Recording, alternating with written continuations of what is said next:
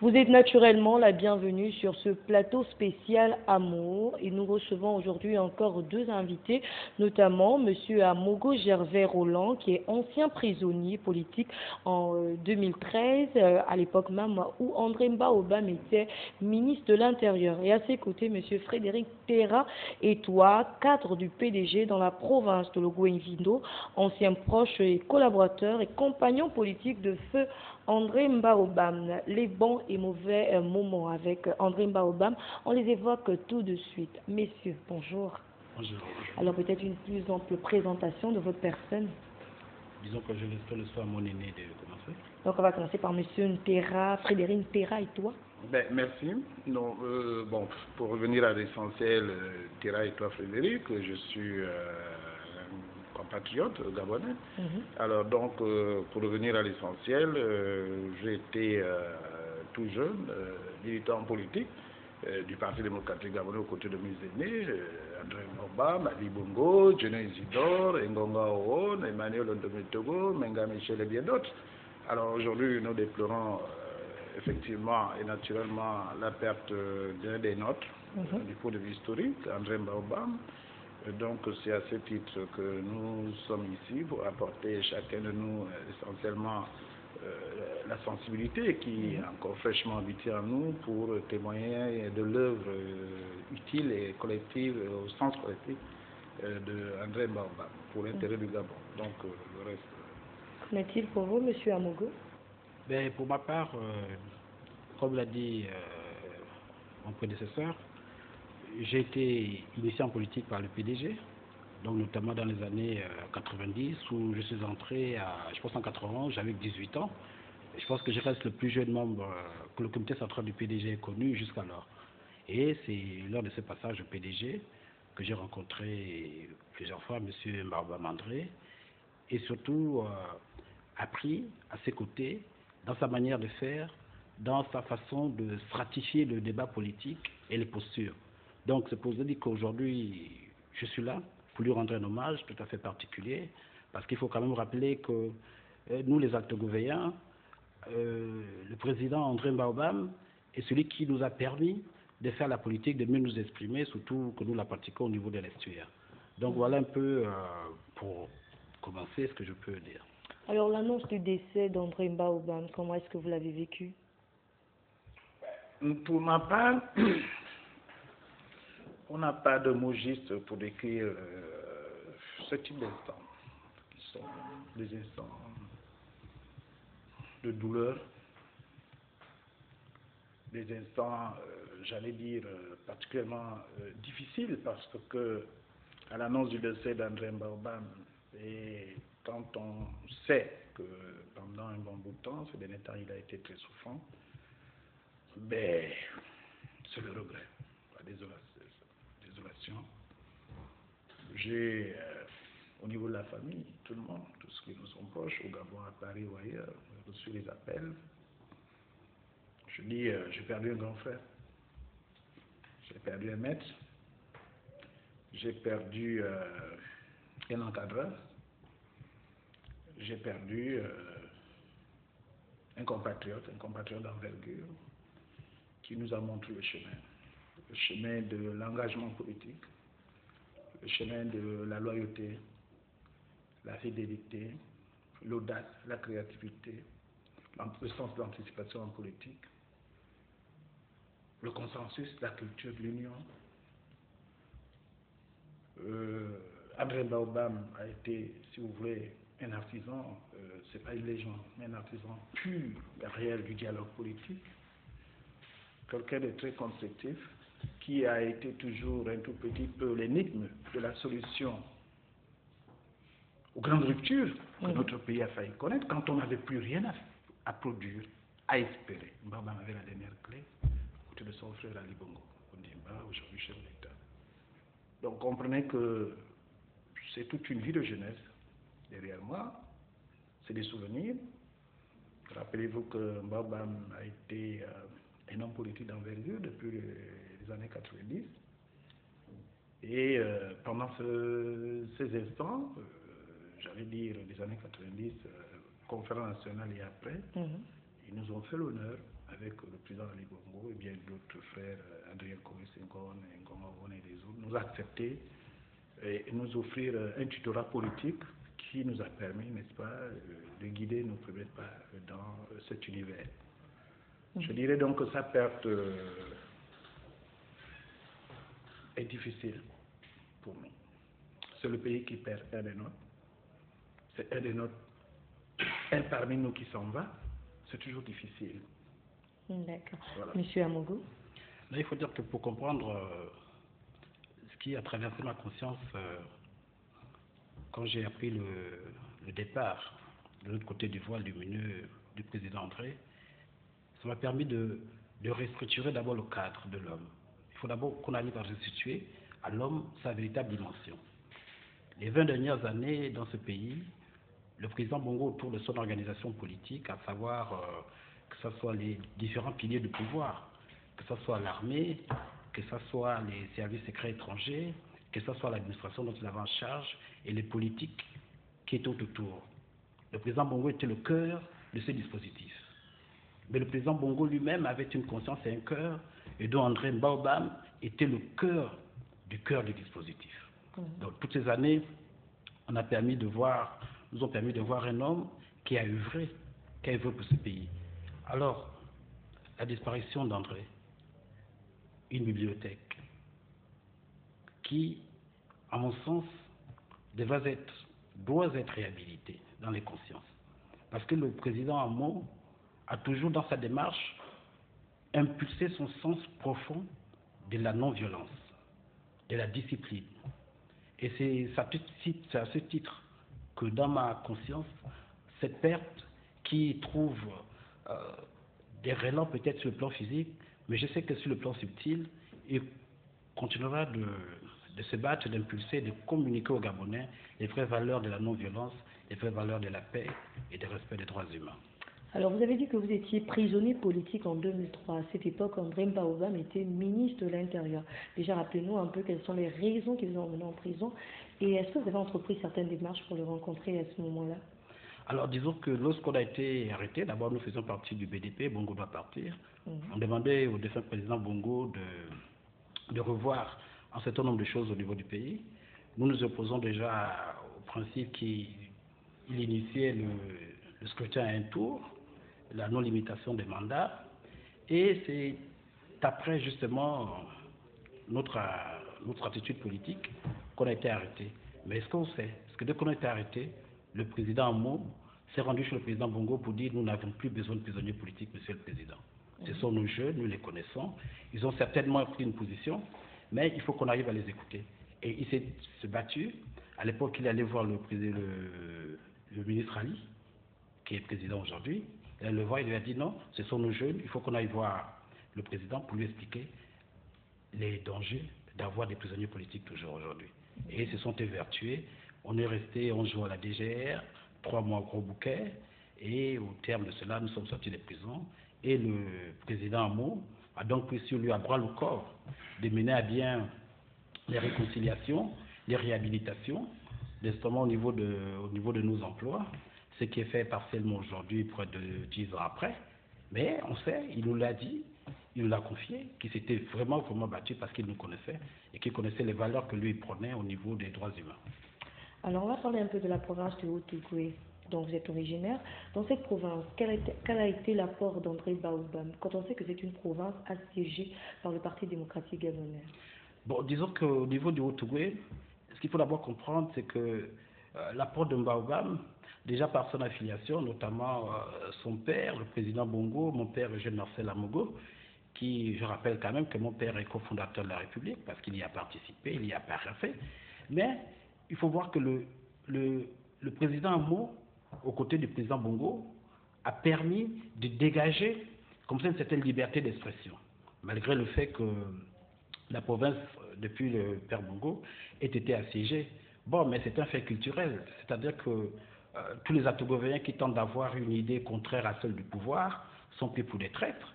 Or, le président Amo a toujours estimé qu'il fallait exprimer ses vraies valeurs, qu'il fallait exprimer ce qu'on pensait en politique, quitte à ce qu'on perde sa vie.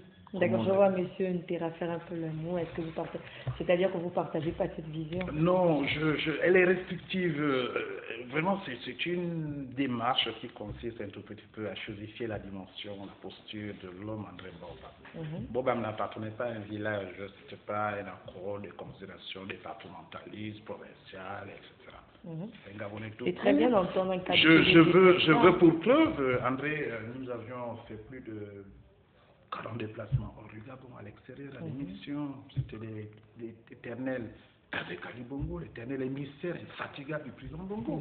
Je voudrais dire que, au-delà de ce que nous ressentons au Gabon, à l'échelle africaine, c'était un grand Africain. Je pense que le président Macky Sall du Sénégal aujourd'hui, qui a été son collègue ministre de l'Intérieur, ou le président sud-africain actuel, Zuma Jacob, et bien d'autres Africains, Idrissa Seck, ont effectivement la même tonalité, je pense, de douleur qui nous habite. Je voudrais revenir vraiment à la dimension politique intérieure de André Bobam.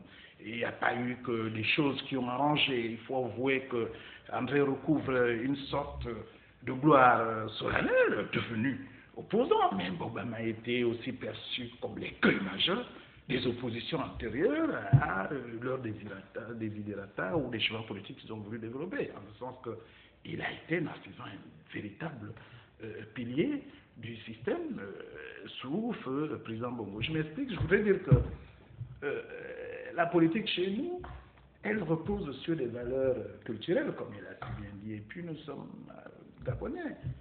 On n'a jamais empêché à un compatriote d'aller exprimer ses idées à un point ou à un autre, mais simplement que si vous êtes issu d'une famille, par exemple, pour revenir à Jean-Jacques Rousseau qui magnifie la famille dans la démarche politique, un cadre, vous êtes un cadre, vous va demander à vos parents que vous accusez tous les jours de faire le contraire de ce que vous voulez.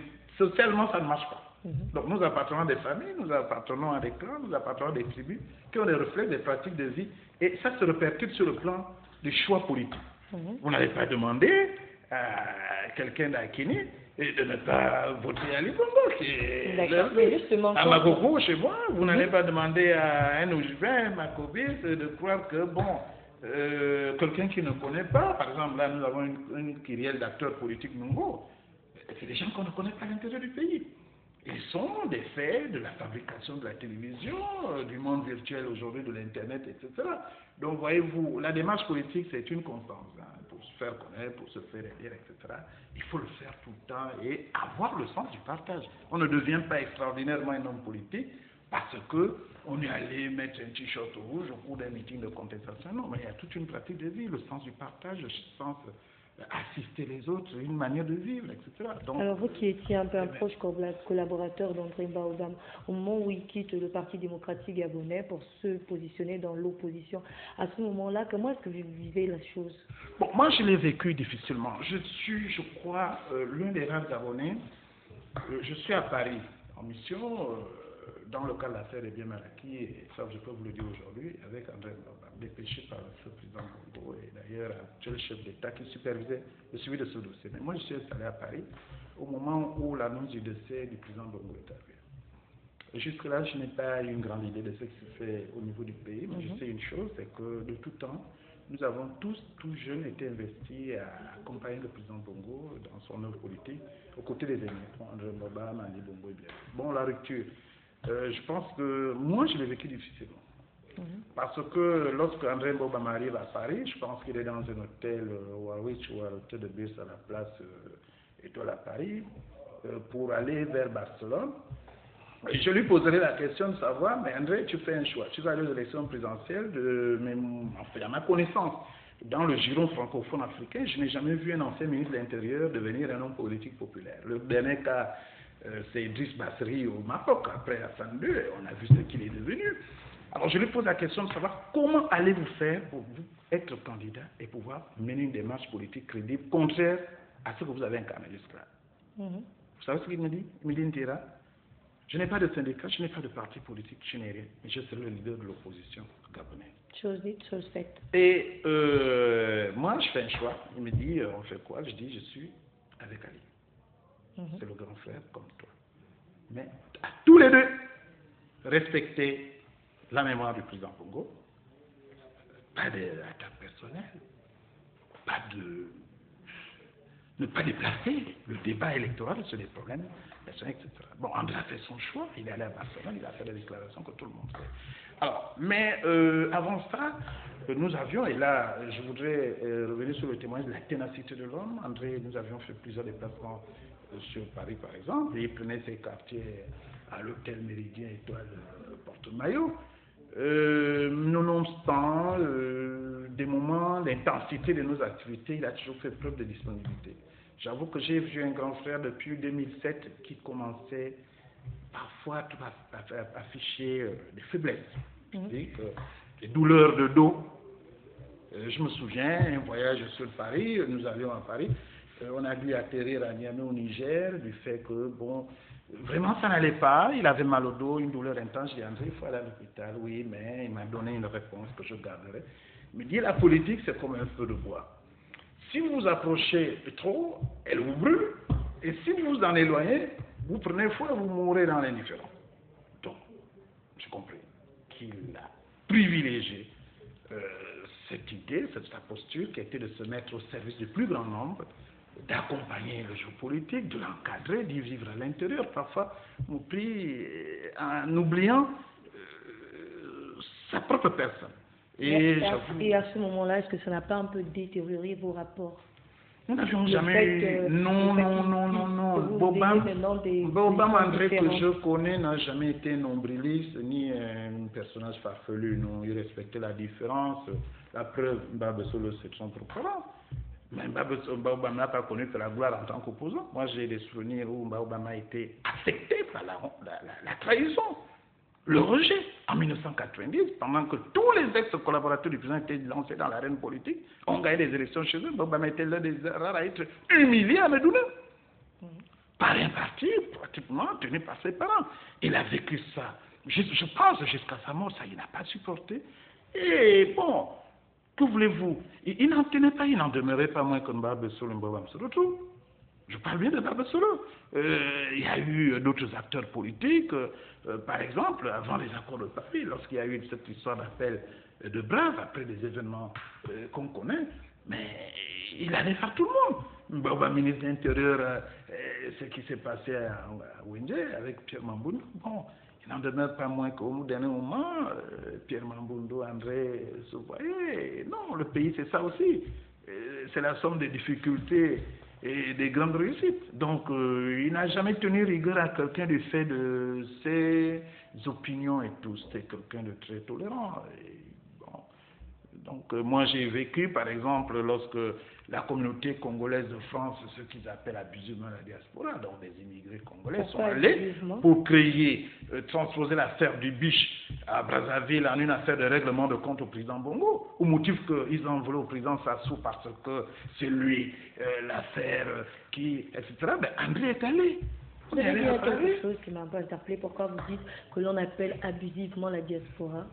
Abusivement, la diaspora, c'est un concept qui rapporte au Sénégal, au Mali, ailleurs et partout. Moi, j'ai vu les Maliens qui vivent en France, socialement, économiquement, ils apportent beaucoup à leur pays. Le Sénégal a un ministère entier, je crois, qui s'occupe de ces problématiques, la Guinée-Conakry. Donc, ailleurs, quand vous voyez les diasporas, c'est des gens, des acteurs économiques, des gens qui travaillent, qui apportent dans leur pays. Mais les nôtres. C'est la faute de qui? Ben, c'est une culture. D'accord. Alors, monsieur Amogo, quels étaient vos rapports? Aviez-vous des rapports assez personnels avec André Baobab? Bon, disons personnel, c'était Néné. C'est-à-dire, comme je vous disais tout à l'heure, après notre passage en prison, nous avons eu beaucoup de séances de travail à domicile avec lui. Mais je voudrais d'abord revenir sur le fait, c'est-à-dire que le départ d'André pour l'opposition, ce départ pouvait choquer un peu nous, les jeunes qui avons commencé la politique en 90 autour du président Ali Bongo et du président Amo. Du simple fait que, depuis cette époque-là, nous savions tous qu'on allait avoir comme legs l'un comme président et que tous les deux allaient patronner la majorité. Alors, donc du coup, son départ pour l'opposition, où il a eu une gloire, je dis moi, qui ne me surprend pas du tout. Hein, parce que le président Amo est celui qui a vite compris, autour du président Bongo, que comme dans toutes les démocraties, il fallait toujours avoir un swing entre l'opposition et la majorité. Ici, au début des années 90, ça a été traduit comme étant des positions des traîtres. Or, on sait tous que pour que ça marche au pays, il faut que l'opposition et la majorité arrivent à communiquer. Et c'est ce que le président Bongo a fait, ça lui a valu 40 ans de pouvoir, et on sait tous qu'autour de ce dispositif de communication, d'entrevue entre les hommes politiques, majorité, opposition, il y avait le président Amo autour. Donc, cette disparition, ou cette traversée, du moins, parce que nous en étions là, cette traversée pour l'opposition a non seulement donné un autre sens à l'opposition, mais on sait tous que le passage du président Amo pour les élections de 2009, et après tout ce qui s'est passé après, on sait que ça a changé la mentalité des Gabonais. Elle s'est encore élargie au niveau de l'acceptation de l'autre, au niveau de la démocratie et compagnie. Mais ce qui reste un peu regrettable, c'est qu'au sein de l'opposition, on a l'impression, enfin du moins les quelques fois que j'ai travaillé avec eux, on a l'impression que le président Amo n'était pas bien compris. Ça sera l'objet d'un autre débat. Je vais rebondir là-dessus. Mbaoba me l'a compris. Alors, je voudrais dire que sur sa capacité à se surpasser, à remonter des différences, je vous prendrai un exemple. En 1991, une loi est élaborée au Parlement gabonais, tenue par la majorité PDG. La loi indique que quand on n'a pas 35 ans ou qu'on n'ait pas 7 ans d'expérience professionnelle, qu'on soit sorti du gouvernement. Et c'est la majorité PDG qui a réalisé pour sortir Ali Bongo Ondimba et André Mbaobam du gouvernement. Donc, mais nonobstant ces séquences qui sont, pour ceux qui pratiquent la politique, utiles et vivantes encore dans les esprits, mais il n'en développe pas moins qu'au sortir de ces différences, de ces querelles, ce pugilat, que l'on soit capable de se dire bonjour, de se fréquenter, de vivre ensemble. Donc, Mbaobam n'était pas rancunier. Non, je pense pas. Quel souvenir vous gardez d'André Mbaobam? Ben, je garde en lui le souvenir d'un guide. Un guide qui savait se mettre aussi au service et à l'écoute des autres. Je garde le souvenir d'un intellectuel alerte parce que chez Mbaobam, le sens de l'anticipation, la lecture même, à la limite, on peut parler, pour ceux qui l'ont suivi politiquement, de quelqu'un de très alerte. Je garde le souvenir d'un grand travailleur. Mbaobam, tous ses dossiers tenus, il fallait de la perfection. Je vais prendre un exemple tout à fait simple d'ailleurs. Le ministère de l'Intérieur qui incarnait le mal des élections. Si ce ministère a recouvré sa dimension sociale et même beaucoup plus administrative, c'est quand même sous le règne de Mbaobam là-bas. On a vu un ministère de l'Intérieur qui a donné le doré l'image des syndicats, des ONG, etc. Nonobstant à côté des élections. J'ai vu un homme qui savait se mettre au service des autres. En 2005, par exemple, aux élections présidentielles, c'est la préparée diocèse, les hommes d'église ont été un peu gâtés à cette époque, des véhicules, etc. À l'acquis du président Bongo, mais André a œuvré beaucoup pour l'aboutissement de ce type de démarche. D'accord, monsieur Amo. Et je peux terminer pour dire que j'ai connu aussi le bon père de famille, quelqu'un qui savait être proche des siens, présent, et qui a été là toujours au bon moment pour partager les biens et parfois les douleurs avec les autres. Merci. Monsieur Abongo, quel souvenir vous gardez du défunt?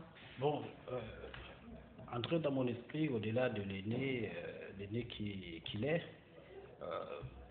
je l'ai beaucoup plus admiré sur le plan politique du fait de sa capacité à anticiper, à stratifier. Et je me souviens, en 91, alors qu'il était encore secrétaire général adjoint de la présidence, il nous reçoit dans son bureau, nous avons une discussion que je n'ai pas révélée ici, et puis, autour d'une question que je lui posais, il répond en disant, tu sais, tu connais la théorie d'Einstein? Je lui dis non, il dit, c'est celui qui fabrique la machine qui peut la détruire. Et au-delà, en observant sa façon de pratiquer la politique, je la lis forcément à ce magnifique bouquin de Senchu, L'art de la guerre. La capacité d'André à amener le politique sur le terrain qui est le sien. où il connaît toutes les caches, où il connaît toutes les stratégies, il connaît l'état du terrain, l'état des armements qu'il faut utiliser, et ce qu'il a toujours fait. Mais en plus de ça, il sait vous amener sur le terrain politique qui est le sien, et quand vous réagissez, il sait ne pas réagir par la violence. Il a toujours partagé cette attitude de paix, en sachant bien que même si vous donnez un coup beaucoup plus fort, mais que vous êtes vraiment touché. Ça, c'est ce que je garde d'entrée, la capacité vraiment et surtout avoir gagné le cœur du président Bongo, le cœur des Gabonais. D'accord, merci beaucoup. Ce fut un véritable plaisir de vous recevoir sur ce plateau. Très chers téléspectateurs, ce plateau spécial à Londres en hommage à André Mba Oubam se poursuit bien évidemment sur la télévision du futur. Merci encore pour votre confiance.